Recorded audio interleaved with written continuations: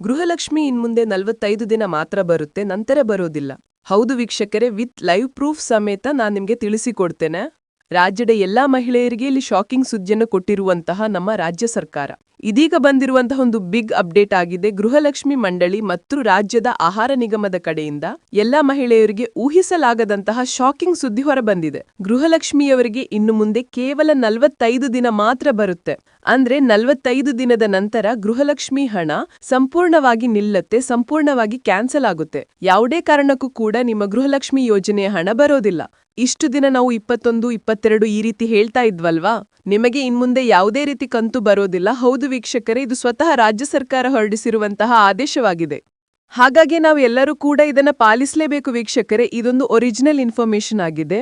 ಎಷ್ಟೋ ಜನರು ಇದನ್ನ ನಂಬದಿರಬಹುದು. ನೋಡಿ, ಈ ಒಂದು ವಿಡಿಯೋನ ಕೊನೆವರೆಗೂ ಕೂಡ ನೋಡಿ. ಯಾಕಂತಂದ್ರೆ ಕಳೆದ 2 ದಿನಗಳಿಂದನೂ ಕೂಡ ಈ ಒಂದು ವಿಡಿಯೋನ ರಿಸರ್ಚ್ ಮಾಡಿದ ವೀಕ್ಷಕರೇ. ನೋಡಿ, ಈ ಒಂದು ವಿಡಿಯೋದಲ್ಲಿ ಹೇಳಲಾಗುವಂತಹ ಇನ್ಫಾರ್ಮೇಶನ್ ಎಲ್ಲವೂ ಕೂಡ ರಿಯಲ್ ಆಗಿನೇ ಇರ್ತವೆ. ಹಾಗಾಗಿ ವಿಡಿಯೋನ ಕೊನೆವರೆಗೂ ಕೂಡ ನೋಡಿ. ಯಾಕಂತಂದ್ರೆ ಕೇವಲ 45 ದಿನ ಮಾತ್ರ ನಿಮ್ಮ ಗೃಹಲಕ್ಷ್ಮಿ ಯೋಜನೆ ಹಣ ಬರ್ತಾ ಇರುವಂತದ್ದು. ನಂತರ ನಿಮ್ಮ ಬ್ಯಾಂಕ್ ಖಾತೆಗಳಿಗೆ ಗೃಹಲಕ್ಷ್ಮಿ ಯೋಜನೆಯ ಯಾವುದೇ ₹1 ಹಣನೂ ಕೂಡ ನಿಮ್ಮ ಬ್ಯಾಂಕ್ ಖಾತೆಗಳಿಗೆ ಜಮೆ ಆಗೋದಿಲ್ಲ. ಬನ್ನಿ ವೀಕ್ಷಕರೇ, ಇದರ ಬಗ್ಗೆ ಬಂದಿರುವಂತಹ ಕಂಪ್ಲೀಟ್ ಮಾಹಿತಿನ ತಿಳಿಸ್ಕೊಡ್ತಾನೆ. ನೋಡಿ, ನಾವು ನಿಮಗೆ ಒರಿಜಿನಲ್ ಇನ್ಫಾರ್ಮೇಶನ್ ಮಾತ್ರ ಕೊಡೋದು. ಯಾವುದೇ ರೀತಿ ಬೇಡದಿರುವಂತಹ ವಿಡಿಯೋಸ್ಗಳು ಮತ್ತು ನಿಮ್ಗೆ ಡಿಸ್ಟರ್ಬ್ ಆಗುವಂತಹ ಅಪ್ಡೇಟ್ಗಳನ್ನ ಎಂದೂ ಕೂಡ ಅಪ್ಲೋಡ್ ಮಾಡೋದಿಲ್ಲ. ಯಾರಿನ್ನೂ ಕೂಡ ಸಬ್ಸ್ಕ್ರೈಬ್ ಆಗಿಲ್ವೋ ಅವರು ಈಗಲೇ ಕೆಳಗಡೆ ಕಾಣುವಂತಹ ಸಬ್ಸ್ಕ್ರೈಬ್ ಬಟನ್ ಮೇಲೆ ಪ್ರೆಸ್ ಮಾಡಿ ಅದರ ಮೇಲೆ ಕ್ಲಿಕ್ ಮಾಡಿಬಿಟ್ಟು ಪ್ರತಿಯೊಬ್ಬ ವೀಕ್ಷಕರು ಕೂಡ ತಪ್ಪದೆ ಸಬ್ಸ್ಕ್ರೈಬ್ ಆಗಿ, ಹಾಗೆ ಈ ಒಂದು ವಿಡಿಯೋನ ಯಾರಿನ್ನೂ ಲೈಕ್ ಮಾಡದೆ ನೋಡ್ತಾ ಇದ್ದೀರಾ ಅಂತಂದ್ರೆ ತಪ್ಪದೆ ಒಂದು ಲೈಕ್ ಅನ್ನ ಮಾಡಿಬಿಟ್ಟು ವಿಡಿಯೋನ ಕೊನೆವರೆಗೂ ಕೂಡ ನೋಡಿ. ಗೃಹಲಕ್ಷ್ಮಿ ಯೋಜನೆ ಬಂದ ನಂತರ ಮಹಿಳೆಯರಿಗೆ ಆರ್ಥಿಕವಾಗಿ ತುಂಬಾ ಸಹಾಯ ಆಗ್ತಾ ಇದೆ. ಹೌದು, ಪ್ರತಿ ತಿಂಗಳು ₹2,000 ಹಣ ಅವರ ಕಷ್ಟಕ್ಕೆ ಸ್ಪಂದಿಸುವಂತಹ ಒಂದು ಸಹಾಯದ ರೀತಿಯಲ್ಲಿ ಪ್ರತಿಯೊಬ್ಬ ಮಹಿಳೆಯರಿಗೂ ಕೂಡ ಹಣ ಸಹಾಯ ಆಗ್ತಾ ಇದೆ. ಆದ್ರೆ ಇನ್ನು ಕೇವಲ 45 ದಿನ ಮಾತ್ರ ನಿಮ್ಗೆ ಈ ಒಂದು ಅವಕಾಶ ಇರುತ್ತೆ. 45 ದಿನದ ನಂತರ ಯಾವುದೇ ರೀತಿ ನಿಮ್ಗೆ ಗೃಹಲಕ್ಷ್ಮಿ ಹಣ ಬರೋದಿಲ್ಲ. ಇದರ ಲೈವ್ ಪ್ರೂಫ್ ಸಮೇತ ಎಲ್ಲವನ್ನೂ ಕೂಡ ತಿಳಿಸ್ತಾ ಹೋಗ್ತೇನೆ. ವಿಡಿಯೋನ ಕೊನೆವರೆಗೂ ಕೂಡ ನೋಡಿ. ವೀಕ್ಷಕರೇ, ಆಹಾರ ಇಲಾಖೆ ಅಂತಂದ್ರೆ ನಮ್ಮ ಕರ್ನಾಟಕದಲ್ಲಿ ಪ್ರತಿಯೊಂದು ಇಲಾಖೆಗಳು ಇರ್ತವೆ. ಹಾಗೆ ಆಹಾರ ಮತ್ತು ನಾಗರಿಕ ಸರಬರಾಜು ಇಲಾಖೆ ಅಂತ ಇದೆ. ಈ ಒಂದು ಇಲಾಖೆಯಿಂದ ಮಹಿಳೆಯರಿಗೆ ಒಂದು ಶಾಕಿಂಗ್ ಸುದ್ದಿಯನ್ನ ಹೊರಡಿಸಲಾಗಿದೆ. ನೋಡಿ, ಈ ಒಂದು ಇಲಾಖೆಯಲ್ಲಿ ಇಲ್ಲಿ ಮಹಿಳೆಯರಿಗೆ 45 ದಿನದ ನಂತರ ಯಾವುದೇ ಕಾರಣಕ್ಕೂ ಕೂಡ ಗೃಹಲಕ್ಷ್ಮಿ ಯೋಜನೆಯ ಹಣವನ್ನ ಮಹಿಳೆಯರ ಬ್ಯಾಂಕ್ ಖಾತೆಗಳಿಗೆ ಹಾಕೋದಿಲ್ಲ ಅಂತ ಹೇಳಲಾಗಿರುವಂತದ್ದು. ಅಂದ್ರೆ ಯಾವ ರೀತಿ ಹೇಳಿದ್ದಾರೆ ಅಂತಂದ್ರೆ, ಇವರಿಲ್ಲಿ ನೋಡಿ, ಹೇಗೆ ಇವಾಗ ನಮ್ಮ ಹಳ್ಳಿ ಕಡೆ ಒಂದು ಗಾದೆ ಇದೆ, ಅಳಿಯ ಅಲ್ಲ ಮಗಳ ಗಂಡ ಅಂತ. ಸೊ ಆ ರೀತಿ ಈ ಒಂದು ಇನ್ಫಾರ್ಮೇಶನ್ ನೀವು ತಿಳ್ಕೊಳ್ಬಹುದಾಗಿರುತ್ತೆ. ಸುಮಾರು 13,87,651 ಪಡಿತರ ಚೀಟಿಗಳನ್ನ ನೇರವಾಗಿ ಕ್ಯಾನ್ಸಲ್ ಮಾಡಿದ್ದಾರೆ. ಇದನ್ನ ನೀವು ಸೀರಿಯಸ್ ಆಗಿ ಪ್ರತಿಯೊಬ್ಬರು ಕೂಡ ತೆಗೆದುಕೊಳ್ಬೇಕು. ಯಾಕಂತಂದ್ರೆ ನಿಮ್ಮ ಒಂದು ರೇಷನ್ ಕಾರ್ಡ್ ಕೂಡ ಕ್ಯಾನ್ಸಲ್ ಆಗಿರುತ್ತೆ. ಯಾಕಂತಂದ್ರೆ ಸುಖ ಸುಮ್ಮನೆ ತುಂಬಾ ಜನರ ರೇಷನ್ ಕಾರ್ಡ್ಗಳು ಕ್ಯಾನ್ಸಲ್ ಆಗಿದ್ದಾವೆ. ಹೌದು ವೀಕ್ಷಕರೇ, ಈ ಒಂದು ಲಿಸ್ಟ್ ಇವರು ಬಿಡುಗಡೆ ಮಾಡುವಂತಹ ಒಂದು ನಿರೀಕ್ಷೆಯನ್ನ ಇಟ್ಕೊಳ್ಬೇಡಿ. ಯಾಕಂತಂದ್ರೆ ಇವರು ಸ್ವತಃ ಏನ್ ಹೇಳಿದಾರಂತಂದ್ರೆ, ರಾಜ್ಯದ ಆಹಾರ ಇಲಾಖೆಯು ಅನರ್ಹ ಬಿಪಿಎಲ್ ಆದ್ಯತಾ ಕಾರ್ಡ್ಗಳನ್ನು ಗುರುತಿಸಿ ಅವರ ಪಡಿತರ ಚೀಟಿಗಳನ್ನು ಹಾಗೂ ಅವರ ಬಿಪಿಎಲ್ ಅಥವಾ ಎಪಿಎಲ್ ಕಾರ್ಡ್ ಒಂದಿಗೆ ಗೃಹಲಕ್ಷ್ಮಿ ಯೋಜನೆಯ ಹಣವನ್ನು ಕೂಡ, ಅಂದ್ರೆ ಇವಾಗ ಏನ್ ರೇಷನ್ ಕಾರ್ಡ್ ಇದ್ರೆ ಮಾತ್ರ ಗೃಹಲಕ್ಷ್ಮಿ, ಹಾಗೆ ರೇಷನ್ ಕಾರ್ಡ್ ಇಲ್ಲ ಅಂದ್ರೆ ಗೃಹಲಕ್ಷ್ಮಿ ಎಲ್ಲಿಂದ ಬರುತ್ತೆ ಹೇಳಿ? ಹಾಗಾಗಿ ಈ ಒಂದು ಪ್ರಕ್ರಿಯೆಗೆ ಮುಖ್ಯಮಂತ್ರಿ ಸಿದ್ದರಾಮಯ್ಯ ಅವರು ಒಪ್ಪಿಗೆ ನೀಡಿದ್ದಾರೆ. ಕೇಂದ್ರ ಸರ್ಕಾರದ ಪರಿಶೀಲನೆಯ ಪ್ರಕಾರ ರಾಜ್ಯದಲ್ಲಿ 7,76,606 ಪಡಿತರ ಚೀಟಿಗಳು ಅನರ್ಹರೆಂದು ಗುರುತಿಸಲಾಗಿದೆ.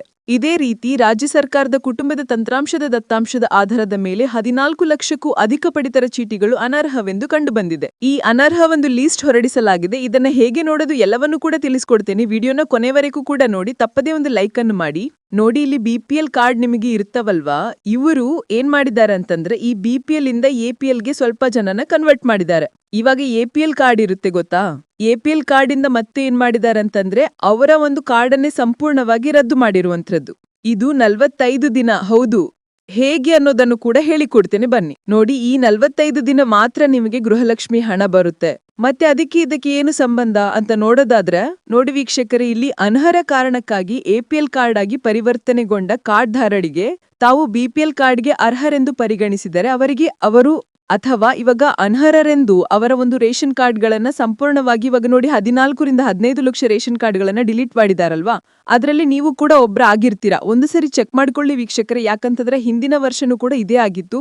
ನಮ್ಮ ವೀಕ್ಷಕರು ತುಂಬಾ ಜನರಿಗೆ ನಾನು ವಿಡಿಯೋ ಮುಖಾಂತರ ಎಕ್ಸ್ಪ್ಲೇನ್ ಮಾಡಿ ತಿಳಿಸಿದ್ದೇನೆ. ಅವರೆಲ್ಲರಿಗೂ ಕೂಡ ಸಹಾಯ ಆಗಿದೆ, ನಿಮಗೂ ಕೂಡ ಸಹಾಯ ಆಗಲಿ ಅಂತ ಈ ಒಂದು ವಿಡಿಯೋನ ಮಾಡ್ತಾ ಇದ್ದೇನೆ. ಇವಾಗಲೇ ಎಚ್ಚೆತ್ತುಕೊಳ್ಳಿ, ಕೇವಲ ನಿಮಗೆ 45 ದಿನ ಮಾತ್ರ ಟೈಮಿಂಗ್ ಇರುತ್ತೆ. ಅಷ್ಟರಲ್ಲಿ ನಿಮ್ಮ ಒಂದು ರೇಷನ್ ಕಾರ್ಡ್ ಅನ್ನ ನೀವು ಮತ್ತೊಮ್ಮೆ, ಇವಾಗ ನಿಮ್ಮ ಒಂದು ರೇಷನ್ ಕಾರ್ಡ್ ಅನರ್ಹ ಅಂತ ಅವರು ತೆಗೆದು ಹಾಕಿರ್ತಾರೆ, ಆದ್ರೆ 45 ದಿನದ ಕಾಲ ನಿಮಗೆ ಟೈಮ್ ಇರುತ್ತೆ. ಅಲ್ಲಿಯವರೆಗೂ ಕೂಡ ಗೃಹಲಕ್ಷ್ಮಿ ಹಣಾನು ಬರುತ್ತೆ, ಎಲ್ಲಾ ಸೌಲಭ್ಯವನ್ನು ಕೂಡ ನೀವು ಪಡಿಬಹುದು.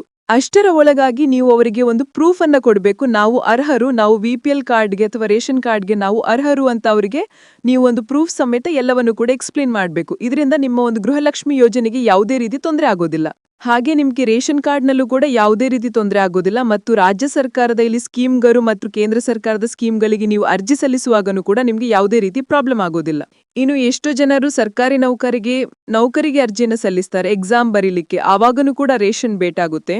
ರೇಷನ್ ಕಾರ್ಡ್ ಎಷ್ಟು ಇಂಪಾರ್ಟೆಂಟ್ ಅಂದ್ರೆ ವೀಕ್ಷಕರೇ, ದಯವಿಟ್ಟು ಈ ಒಂದು ವಿಡಿಯೋನ ಶೇರ್ ಮಾಡಿ, ನಿಮ್ಮ ಸ್ನೇಹಿತರಿಗೆ ತಪ್ಪದೆ ಅವರಿಗೂ ಕೂಡ ತಿಳಿಸಿ.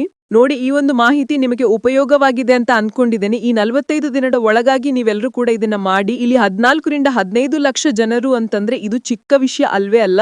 ಯಾಕಂತಂದ್ರೆ ಹಿಂದಿನ ವರ್ಷ ಎಲ್ಲ ಯಾವ ರೀತಿ ಮಾಡ್ತಾ ಇದ್ರೆ ಅಂದ್ರೆ ಕೇವಲ 1 ಲಕ್ಷ 2 ಲಕ್ಷ ಹೀಗೆ 3 ಲಕ್ಷದ ಒಳಗಾಗಿ ಮಾತ್ರ ಕ್ಯಾನ್ಸಲ್ ಮಾಡ್ತಾ ಇದ್ರು. ಈ ವರ್ಷ 15 ಲಕ್ಷ ಅಂತ ಅಫಿಷಿಯಲ್ ಆಗಿ ಹೇಳಿದ್ದಾರೆ, ಆದ್ರೆ ಅನ್ಅಫಿಷಿಯಲ್ ಆಗಿ ಎಷ್ಟು ಜನರನ್ನ ತೆಗೆದಿದ್ದಾರೆ ಅಂತ ಗೊತ್ತಿಲ್ಲ. ಅದ್ರಲ್ಲಿ ಎಷ್ಟೋ ಜನರನ್ನ ಸುಮ್ಮನೆ ತೆಗೆದಿದ್ದಾರೆ ಅಂತ ನಮ್ಮ ವೀಕ್ಷಕರು ತಿಳಿಸ್ತಾ ಇದ್ರು ನನಗೆ. ಹಾಗಾಗಿ ನಿಮ್ಮ ಒಂದು ಸಮಸ್ಯೆಯನ್ನು ಕೂಡ ಕೆಳಗಡೆ ಕಮೆಂಟ್ ಬಾಕ್ಸ್ ನಲ್ಲಿ ತಿಳಿಸಿ. ಮತ್ತು ಈ ಒಂದು ವಿಡಿಯೋನ ಕೊನೆವರೆಗೂ ನೋಡಿದಂತಹ ಎಲ್ಲಾ ವೀಕ್ಷಕರಿಗೆ ನನ್ನ ಕಡೆಯಿಂದ ಹೃದಯಪೂರ್ವಕ ಧನ್ಯವಾದಗಳು.